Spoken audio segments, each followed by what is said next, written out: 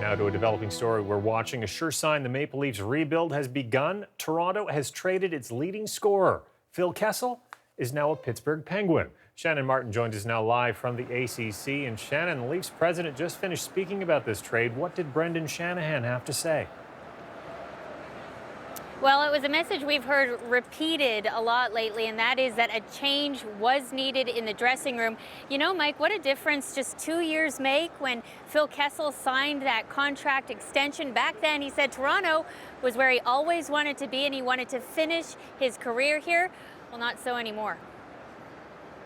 I'm real excited to be Toronto Maple Leaf for the next 8 years. And how quickly things change. Just 2 years into his mega $64 million contract, Phil Kessel is out. And here's Kessel with it, who leads the Leaf in goals, and he gets another one. Hands down the Leafs' best player, traded to the Pittsburgh Penguins. Crosby and Kessel, that's going to be a good line. Tough to replace the 30-goal scorer, so it's going to hurt the Leafs. The long-speculated deal sees the Leafs losing Kessel, 2 other players, and a second-round draft pick. In return, Toronto gets a package of futures, 3 young players, and first- and third-round draft picks next season. I think it's a great trade. Well, Toronto is in a rebuilding mode, and Pittsburgh's going for the cup. We gave up a heck of a player, a very, very productive player. And again, like I said, I thank him very much for his time here. Leafs president Brendan Shanahan reinforcing that a change was needed in the dressing room. We didn't see that this group was going to get a whole lot better in getting us toward that goal. Once again, we've got to build this thing the right way through the draft with prospects.